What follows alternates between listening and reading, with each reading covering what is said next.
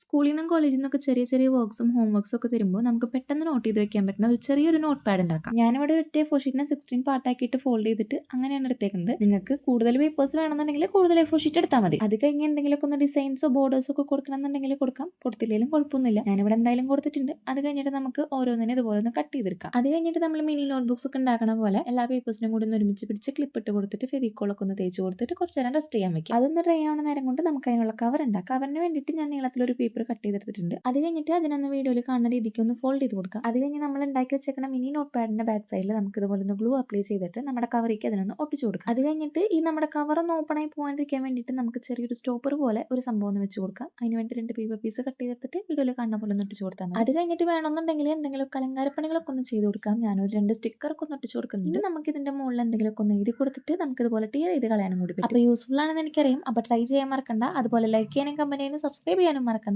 അപ്പോൾ ശരി.